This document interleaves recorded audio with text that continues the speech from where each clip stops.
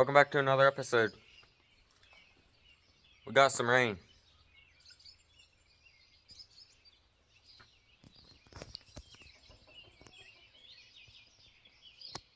It's supposed to rain for about the next 2 days-ish.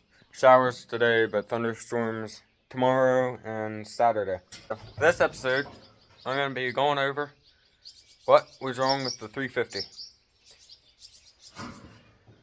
So, last video that I posted, it was the will it start video of the 350. You guys saw and heard that it was not running right. By the time I got the video uploaded, edited, and uploaded, my brother had already fixed it. He had it in the shop. He got it all straightened out. I was gonna make a video when I was trying to fix it, but he got to it before I got the chance. So, yeah. So, like I said, in this episode, I'm gonna show you what was wrong with it and how we fixed it. So, as you know, this here's the International 350. It sat for about a year. Last time that we used it before it sat, I had the tether. I was going up to that field up there. I got up to that point right there. It shut off and we could not get it running again. So then we hooked onto it with another tractor. We pulled it down here, and right here is where it sat. Actually, for the longest time, it sat over there for a while. Over there. Just in the next bay here. It sat there for a while. We did not have time to fix it. We didn't have time to go over it. So it just sat. So last video of this, I decided I wanted to see if I could get it running smooth. And of course, you know, we got it running. And it ran very crappy. It was running on 3 out of the 4 cylinders. So, I came out the next day, and my brother had it in the shop, and was already digging into it. So, I'll go over what we did to fix it. So, first things first, we took the 4 bolts out, and bolt here, bolt here, bolt there, bolt here, and bolt there. This side panel came off. So when we took that off, that gave us access to the distributor and the sparkulators there. You can see there's 4 of them. 2 there, 1 there, and 1 there. So what we did was,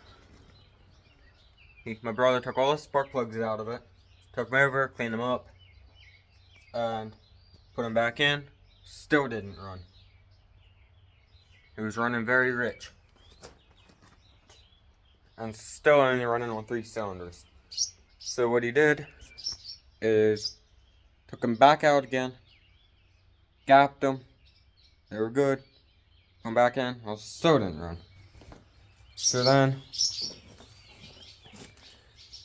we started tracking it down, took the spark plug boots off when it was running.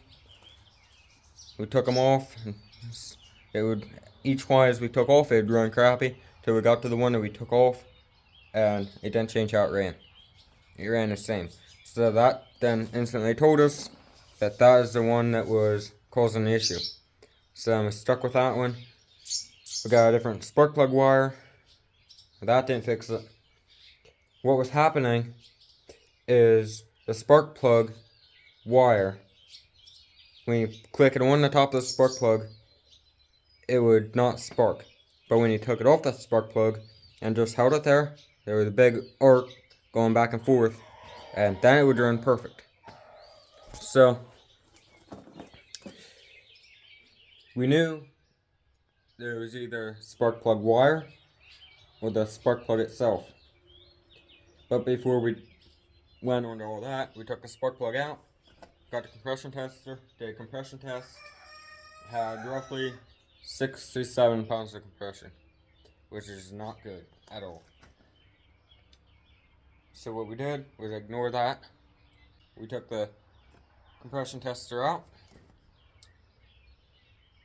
put the spark plug back in, got a different spark plug wire, but the spark plug wire on it, well, still is doing the same exact thing, where it was only firing on the 3 cylinders, but when you took it off and held it there, it would spark on the outside of the boot. So we figured, well, then the spark plug is junk. All the like spark plugs, so they're not the greatest. NGK is the best spark plug that you can get. They're cheap and they work good. So we didn't have any of them. It wouldn't hurt to put brand new spark plugs in. These were brand new, I believe, unless they were the old ones out of the Super H, which is a good chance. But we took the spark plug out, grabbed another one, made a bigger gap because of low compression, put it in, and voila, ran perfect. I'll throw a clip in here to show you all how she ran before we did all that. And then after that clip plays, then I'll start her up and show you how she runs now. So all we did was took this bad spark plug out, the one that was causing me issues, opened the gap up on it, put it back in, and it's fine for now. We'll see what else happens to it. See how long it'll run the way it is now. Because there's a good chance that it'll go dead again. Because I think that compression is going down pretty quick. 6 to 7 pounds of compression is pretty low. I mean, it is a low compression engine, but 67 pounds is not good. That low boy has a starter generator on it. That's a small 4-cylinder. This is a 4-cylinder, but that's a smaller 4-cylinder. Has a 4-cylinder flathead. That has low compression. It needs low compression so the starter generator can turn it over. But that has roughly 100 pounds of compression. That's maybe a little lower. One spark plug I could not get out. I kind of forget what the numbers were exactly, but it was under 100, I'm pretty sure. So that is a low compression engine because it has a starter generator and needs low compression so it can turn it over. But this tractor has a starter on it. You can see, right there's the starter. 100% has a starter. There's no starter generator, like that is. But that's enough talking. We'll jump on her and I'll show you how she runs. But first, I'll throw in the clip here.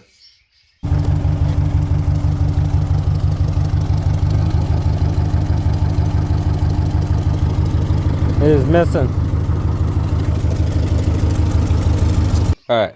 Now that you guys watched the clip, and now that you know how she ran before we did all that, now the gas is on. Apparently it never got shut off. Tried to shut it off, but... And another thing, carburetor is fine. Nothing wrong with the carburetor. Gas that was using is from the 90s. So you know it's good gas because they didn't use ethanol back then. It runs fine on that gas. It ain't the gas. if anything, is just running rich.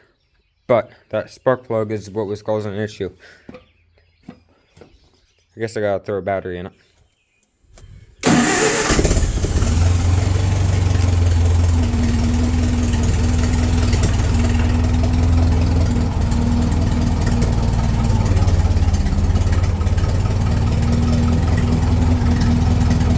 Listen to the difference.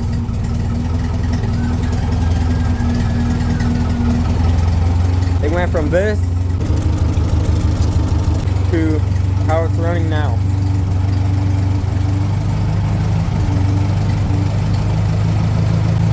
World of difference.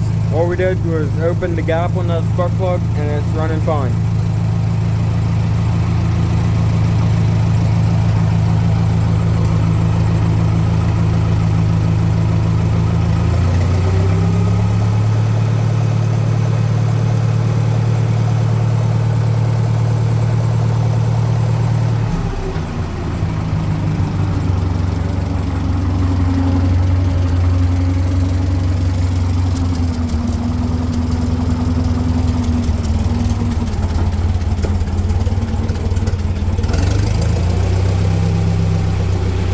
Carburetor could still use some adjustments, but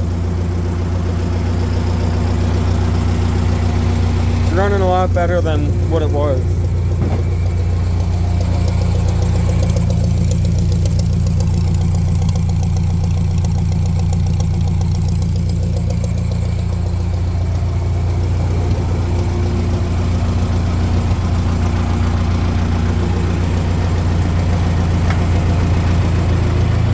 That's the oil pressure.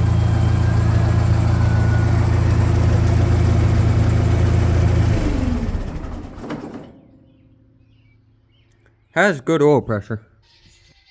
All we did was open the gap on that spark plug and running fine now. That's what was wrong with the International 350. Like I said, we pulled each boot off like that, and when we did that, it would run crappy. So we put it back on, move to the next one. It would run crappy, worse than what it was running. Till we got to that cylinder, we pulled that spark plug boot off, and it ran the same. So that told us right there that spark plug right there is what caused the issue. So, like I said, we took that spark plug out. My brother opened the gap a lot bigger, put it back in, and it's running fine now. Over 2,000 subscribers now. Thank you all for that. Like I said in the last video, big thanks to Bondo Billy. If it weren't for him, I wouldn't be where I'm at. And I'm being told that YouTube actually lowered the monetization requirements. So now you only need 500 subscribers, which I'm well past that. 3,000 watch hours instead of 4,000 watch hours. Or you can do 3 million short views instead of 10 million. 10 million is a lot. So that's gonna be it for this video. Please like, subscribe, and comment down below. We'll see you next time.